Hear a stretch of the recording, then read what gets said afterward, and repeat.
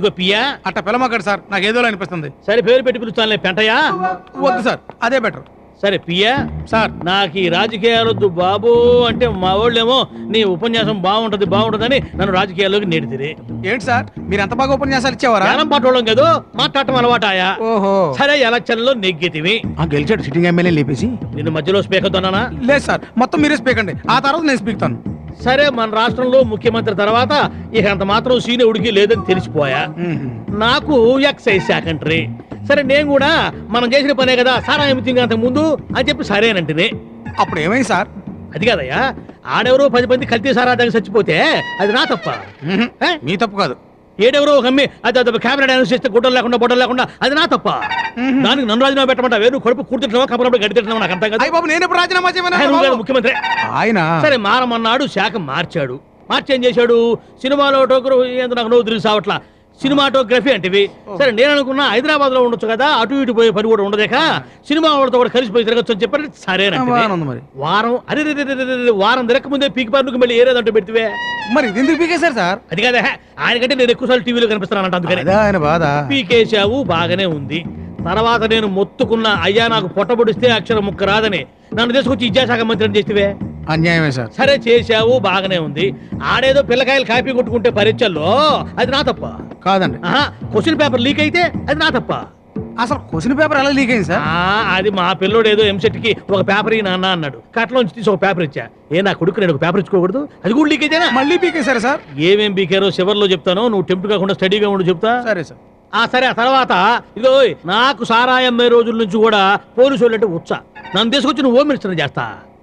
ఇది ఇంకా పీకలేదు కదా సార్? తమ నోటి వాక్యాన్ని పీకుతారేమో సార్. అరే నువ్వు చిన్నపిల్లాడి అని చనివిస్తా ఉంటే సార్ చెప్పుకోవడానికి ఇల్లే చోటెక్కుతున్నావురా. ఒరేయ్ మీ నాన్న మా యదవ ఎందుకు పనికి రావట్లేదు, వాడికి ఏదైనా ఒక దారి చూపించమంటే నేను రాజకీయాల్లో పెట్టాను రా, ఉపయోగించుకోరా. సార్ సూళ్ళూరుపేట నుంచి వచ్చిన సూట్ కేసు ఎక్కడ పెట్టమంటారు? ఓ పని చేయరా, చెప్పండి. సూట్ కేసు ఏమో ఏసీబీ వాళ్ళకి ఇచ్చి నన్ను దేశపై స్టేషన్ లో చెప్పు. ఎవడన్నా ఇంటి పీక్కోలేక లాక్కోలేక సావాలరా, గోడల కళ్ళు ఉంటాయి. చెవులు ఉంటాయని విన్నారు కానీ కళ్ళు ఎప్పటి నుంచి వచ్చాయి సార్? మొన్న తెహలక దగ్గర నుంచిలే గెత్తవాని. ఇప్పుడు మన ప్రోగ్రామ్ ఏందో చెప్పు. శ్రీవారి బ్రహ్మోత్సవాల సందర్భంగా పట్టు వస్త్రాలు తీసుకుని రేపు మీరు తిరుపతి వెళ్ళాలి సార్. ఎవరు? మీరే సార్. నేనా? అవును సార్. పట్టు వస్త్రాలు తీసుకుని తిరుపతి వెళ్ళాలన్నా? అవును సార్. అలిపిరి మీద కొండ? అవును సార్. ఆ తర్వాత నా వెనక ఆయన వస్తాడంటున్నా తెల్లకొండ తీసుకుని. ఎందుకు సార్? నా శవం మీద కప్పడానికి. ఒరే పోరు పోయి తెల్లకాయతమును కళ్ళం తీసుకురా పో. అదెందుకు సార్? రాజీనామా చేయడానికి. Sir sir sir matar sir, matar ఎక్కడ? టీవీలో మహేష్ భట్ తీసిన మటర్ సినిమా వస్తుంది సార్. మటర్ విషయాలు అందరూ ఎత్తుతో చెప్పారా? మీ బాస్ కి మర్డర్ చేయటమే గాని చూసి అలవాటు లేదనుకుంటా. నేను ఫైనల్ గా అడుగుతున్నాను, ఆ కోడెట్ పడితే పగిలిపోతుంది. మా సారే చంపినట్టు మీ దగ్గర గట్టి సాక్ష్యం ఉందా? ఏంటన్నా? గట్టి సాక్ష్యం, మెత్తడి సాక్ష్యం ఉంది. 1 సెకండ్, లైట్స్ ఆఫ్. ఏ రెడ్ లైట్ ఏరియా? ఈ లైట్ లో ఆఫ్ చేశారా? రా కోడైరెక్టర్. చనిపోయినా కానీ నీ నడక మాత్రం మారలేదు. కూర్చో. ఇదిగో ఈ వైట్ పేపర్ మీద ఈ పెన్నుతో నిన్నెవరు మర్డర్ చేశారో క్లియర్ గా రాయి. సార్ నీకేమైనా కోడేటర్ కనిపిస్తాడా? నాకేం కనపడలేదు సార్. చూడు కోడైరెక్టర్, ఇక నువ్వు వెళ్ళొచ్చు. ఇందులో రాసిన చదువుకోండి. కొంచెం పేపర్ వెనక్కి చెప్పండి. తెల్ల పేపర్ అండి, ఏం కనపడతలేదు. ఓ మీరు మనుషులు కదా, దెయ్యాలు రాసింది అర్థం కాదు. ఓకే, ఇప్పుడే మీకు 1 minute లో అర్థమయ్యేలా చేస్తాను. బిట్స్ బిలాని సింధుతులాని. ఏంట్రా అప్పుడు చెప్తారు?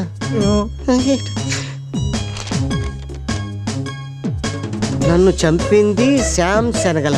ఎవరు? నువ్వే.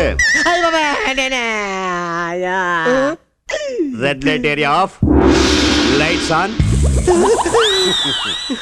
అప్పుడు ఆత్మతో చెప్పించాను, ఇప్పుడు రాయించాను. ఈ స్టేట్మెంట్ చాలు నిన్ను బొక్కలో దోయడానికి.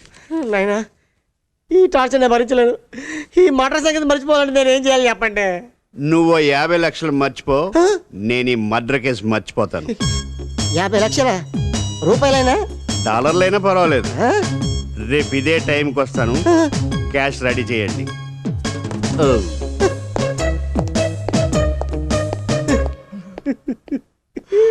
సార్ మీరు అస్సలు ఒప్పుకోద్దు. వాడు ఏం పీకుంటాడో పీక్కోమనండి. వాడి పీకుతానది బొచ్చు కదరా, డబ్బులు 50 లక్షలు రా. రేయ్, అసలు ఈ ఆగంతుకుడు ఎవడరా?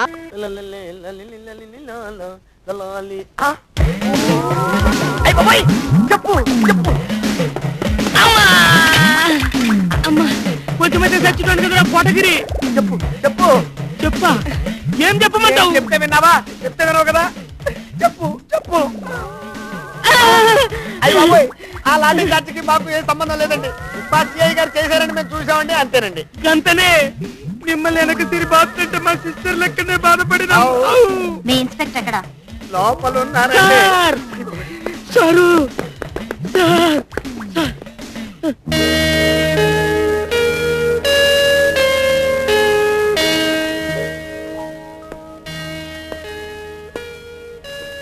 అయ్యి బాబోయ్ దగ్గరికి వెళ్ళకండి సార్, పెళ్లి కావాల్సిన అయిపోతారు. షడప్.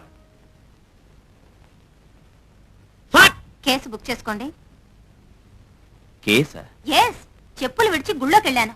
తిరిగి వచ్చేసరికి కోత ఎత్తుకుపోయి గాలిగోపురం మీద కూర్చుంది. కోత నుంచి నా రెండో చెప్పు నాకు తిరిగి ఇప్పించండి. This is too much. Yes, it's really too much. It cost 150 rupees, 150 రూపాయలు. రేట్ అయితే మంచిగా చెప్పింది సారు. నిన్ననే మావిడ కొన్నా. షడప్. లుక్, చెప్పులు సవరాలు పక్క పిన్నిసులు పోతే వెతికి పట్టుకురావడానికి కాదు మా డిపార్ట్మెంట్ ఉంది. Now please get out. చేతకాని డిపార్ట్మెంట్ కి చెప్పుకున్న ప్రయోజనం లేనప్పుడు ఈ ఒక్క చెప్పు నాకు దేనికి? మీరే ఉంచుకోండి. సార్, ఈ చెప్పు మా ఆవిడకి కరెక్ట్ గా సరిపోద్దండి. ఏ కోటగిరి, ఆ చెప్పులా ఇవ్వు.